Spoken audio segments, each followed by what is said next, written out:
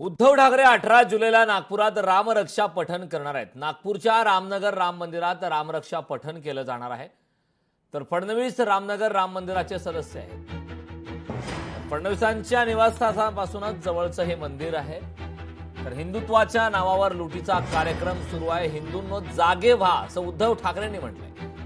हिंदूंना लुटणाऱ्यांना जागा दाखवण्याची वेळ आल्याची प्रतिक्रिया सुद्धा पत्रकार परिषदेच्या माध्यमातून उद्धव ठाकरेंनी दिली। येत्या 18 तारखेला नागपूरमध्ये हा कार्यक्रम होईल, जिथे मी स्वतः जाणार आहे।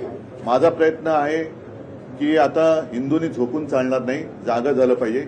आपल्या हिंदुत्वाचा, आपल्या हिंदू धर्माचा दुरुपयोग करून जर लुटण्याचा कार्यक्रम कोणी करत असेल तर त्यांना आता त्यांची जागा दाखवण्याची वेळ आलेली आहे। मुंबईकरांसाठी आजी माजी महापौर एकत्र, राजकारण बाजूला रितू तावडे पेडणेकर एकत्र आल्याचं पाहायला मिळालं। मुंबईच्या महापौर रितू तावडे आणि माजी महापौर किशोरी पेडणेकर यांच्यात अनेकदा राजकीय मतभेद आणि वाद पाहायला मिळतात। मात्र मुंबईकरांच्या समस्यांवर चर्चा करण्यासाठी आजी आणि माजी महापौर एकत्र येण्याचा निर्णय त्यांनी घेतला। मुंबईसाठी आम्ही एक आहोत। मुंबईसाठी मुंबईसाठी आम्ही एक आहोत। मुंबईसाठी आम्ही एक आहोत।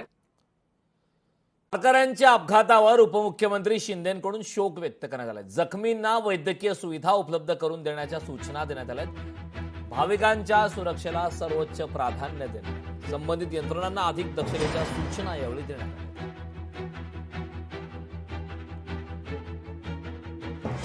जेजुरीजवळ अपघातात 3 वारकऱ्यांचा मृत्यू झाला। प्रशासनाचा नियोजन शून्य कारभार जबाबदार आहे। वारकरी साहित्य परिषदेचे अध्यक्ष विठ्ठल पाटील यांनी हा आरोप केलाय। येथील तशी वाहने आणि दिंड्या सोडल्याने हा अपघात घडलाय, अशी सुद्धा माहिती त्यांच्या माध्यमातून देण्यात आलेली आहे।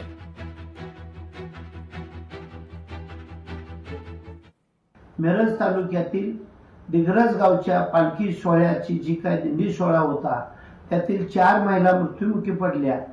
प्रथम प्रार्थना करतो पांडुरंगाला त्यांच्या आत्म्यास सद्गती लाभो। उर्वरित 7-8 महिला आणि ज्येष्ठ काही नागरिक आहेत, त्यांना जेजुरीला दाखल केलेल्या दवाखान्यात, त्यांनाही आपण चांगल्या पद्धतीनं काळजी घेऊन सहकारी शासन करेल अशी अपेक्षा करतो। शासनाची भूमिका योग्य नाही। लोकशाही मराठी ऐका, पहा, जागरूक रहा।